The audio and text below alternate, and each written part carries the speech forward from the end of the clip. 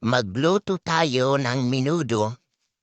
Ito ay naglalaman ng pork or chicken meat, carrots, atay, hotdog, at marami pa depende sa gusto mo, kagaya ng garbanzos, green peas, chorizo de bilbao, liver spread, at pasas. Yung mga pampalasa naman ay sibuyas, bawang, toyo, tomato sauce, asukal, durog na paminta, dahon ng paminta, asin, at iba pa kagaya ng siling, green, at pula.